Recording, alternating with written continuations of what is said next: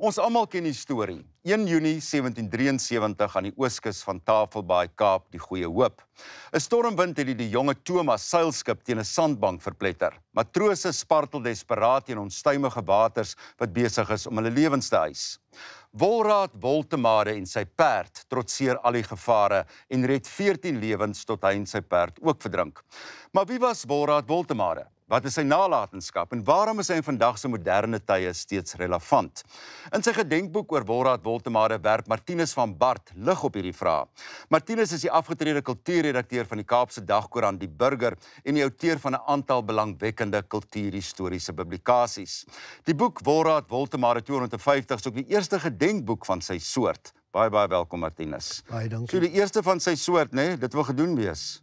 Ek glo so, daar is in die verlede taamlik baie geskryf oor Wolraad Woltemade, meestal verdigsels uit die duim gesuig, halwe waarhede en baie min waarhede. Is hierdie als waar, Martinus?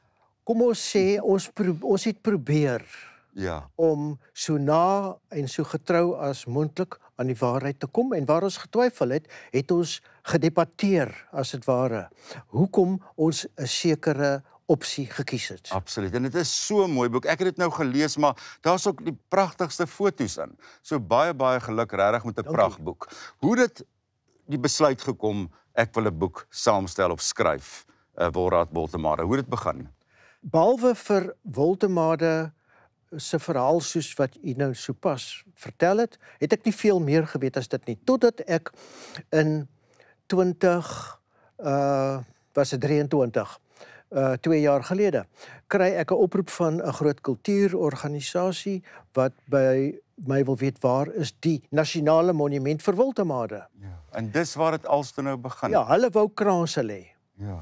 En ek kon nie vir hulle presies sê nie. Ek het net geweet by ou Mutual is daar 'n beeldhouwerk, maar dit is 'n private tuinornament as dit ware. Ja, want dis die enigste beeldhouwerk van Wolraad Woltemade, is die Old Mutual, is ek reg? Nie die enigste ene, die enigste ene wat mense van weet. Daar's nog ook 'n ander ene. Dit is deur Dani die Jager. Hy het 'n miniatuur beeld geskep en dit is in die voorportaal van die militêre hospitaal in Wynberg. My genade, ek bly daar naby, ek gaan 'n bietjie kyk. Want dit is regtig, daar was medewerkers ook. Ek weet jou vrou werk altyd saam, Dan Sly net voor sy dood het ook hier aangewerk, maar dan is daar 'n baie belangrike persoon, 'n Sweedse botanikus. En dit is waar jy die eintlike feite in die goed gehoor het, is ek reg? Ja, kyk, nadat ek genader is deur die kultuurorganisasie om hulle te help, het ek besef, maar hier, mense weet nie wat gaan aan nie, en ek self ook nie. Ek moet, iets het net was dwingend by my, iets het vir my gesê, jy moet dit doen, en ek gaan praat toe met Dr. Dan Sly, wat die groot kundige was nie vir jou, sê vir my, luister, hier is soveel bog en onsin al oor die man vertel, dat ek het nog nooit daarby uitgekom om enigiets oor hom te doen nie. So, gaan gerus voort, ek sal jou help, maar jy sal die you have to take the rap, soos hy gesê. Ja. En ek het geweet dat Karel Peter Thunberg, die Sweedse botanikus, hy was 'n professor aan Uppsala Universiteit, het die Kaap die Goeie Hoop besoek om te kom kyk na die planteryk. En toe hy hier aankom, was dit presies amper dag en datum van die skepsramp. Hy was ooggetuie. Hy was ooggetuie, hy het gesien. Ja, en daai verslag het Martinus toe nou als ook gekry. Maar daar is mense wat sê dit het nie gebeur nie. So ek wil vandag feite weet. Ja. Vat ons terug, wat het gebeur 1 Junie 1773? Dit was die naweek van Pinkster en maandagnag op Dinsdagoggend het 'n onsaglike storm oor die Kaap uitgebars. Sodanig dat die gouverneur van Plettenberg in sy dagboek geskryf het, 'n afgryslike storm. Soos wat hulle lanklaas in die Kaap gesien. Dit was haal, blitse, daar's 'n skip se mas aan die brand gesteek deur 'n weerligstraal. Dit was iets verskrikliks. Die riviere het afgekom.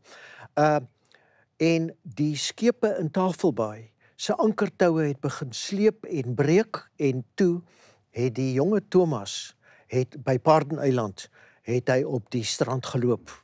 Die soldate en die mense, hoekom kon hulle nie daai mense gaan red het nie? Die VOC was baie behep met sy eiendom. Hebsug en selfsug en rykdom was vir hom van kardinale belang en die vrag aan boord van die jonge Thomas, daardie vrag was geweldig waardevol. So meer belangrik klink dit vir my, vir die gouverneur was die vrag as die mense. Trouwens, hy het niks omgegee vir die mense nie, want 'n matroos was net 'n paar munte werd. Daar was 'n galg wat die gouverneur gesê het, as iemand durf waag, dan word hulle doodgemaak. Ja, dit is inderdaad so. Daar was eers plakate afgekondig om te sê mense mag nie naby 'n wrak kom nie. Maar baie mense het hulle nie daar gesteer nie en toe het hulle gesê nou gaan ons vir julle ophang en as jy weghardloop skiet ons jou dood. Ja, en toe waar kom Wolraad Woltemade toe nou vandaan? Woltemade daar word bespiegel oor waar presies hy vandaan gekom het. My raaiskoot is dat hy by Klein Zoar, die pionierswoning wat daar nog steeds staan op Paardeneiland, wat in 1700 vermoedelik opgerig is, dat dit sy buitepos was. Dat hy daar was, hy het die skote van die kanonne gehoor van die jonge Thomas wat in noodverkeer het.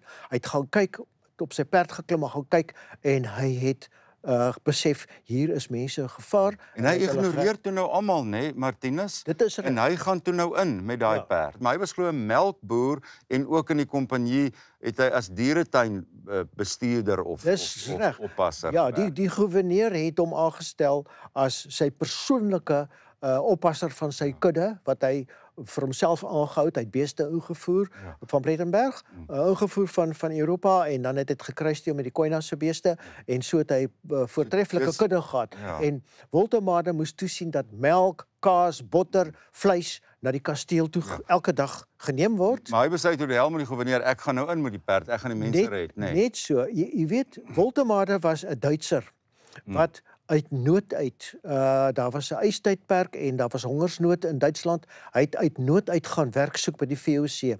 En toe hy in die Kaap kom, net soos wat Toenberg dit ook neergeskryf het, het hy 'n erge feudale stelsel aangetref, waar die gouverneur en sy vriende swaai die scepter en al die ander mense is letterlik slegter as slawe behandel. En toe sy nou ons almal ken die storie, hy ignoreer toe als die galg en hy en sy perd. Nou ek moet vir jou sê, nou nie vir my kwaad wees nie, maar hy was 'n held, maar daai perd was 'n groot held. Dit is inderdaad so. Hy en die perd het 'n fantastiese vennootskap gehad. Hulle het mekaar goed verstaan en daar 'n sameloop van omstandighede, die afkomende rivier, die geweldige golwe en dan die matrose wat paniekbevange van die wrak afgespring het en die perd aangegryp het daarmee gebring dat perd en man en hulle self ook verdrink het. Maar weet, daar's soveel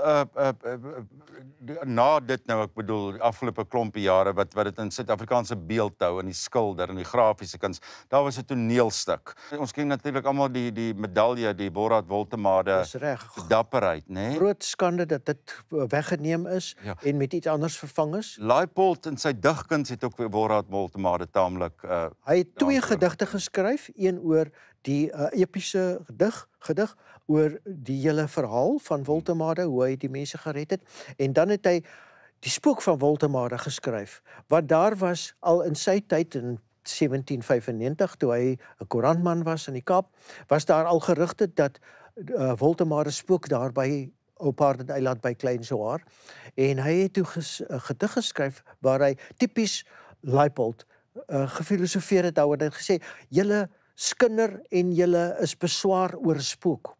Maar kyk wat het Woltemade gedoen, en julle wat so ginnegap, wat het julle gedoen? Spreek hy hulle aan. Ja. 'n Baie kragtige gedig wat 'n wonderlike ontdekking was vir my en wat nou in die boek verskyn. Hoekom dink jy is hierdie boek en is Wolraad Woltemade en sy perd so relevant vandag nog? Jy weet, die held in die antieke Grieks-Romeinse mitologie is iemand wat die deugdelike in die lewe nastreef. En sy grootste opponent is die ondeug. En Woltemade, sowel as Toenberg, het in die Kaap besef dat die gouverneur was verteenwoordigend van die ondeug. En Woltemade wat homself opgeoffer het. Hy het geweet hy gaan gestraf word, maar hy het dit nog steeds gedoen. Hy het die pad van die deug gekies, die deugdelike. En dis maar nog steeds vandag ook, nee, met van daai mense nodig. As ons kyk wat vandag gebeur met kragonderbrekings en al sulke goeters, dan vra jy, is die mense wat in beheer is van Suid-Afrika besig om deugdelik op te tree? Ja. Dit is 'n oop vraag, né? Wat 'n interessante man is jy nie. Ek is nou gaande oor jou. Ag, dankie. Dit was 'n baie geluk met hierdie boek. Baie sterkte en baie dankie dat jy vanaand kom kuier het. Baie dankie vir die geleentheid om ietsie te vertel oor 'n wonderlike verhaal. Absoluut. Baie dankie, Martinus.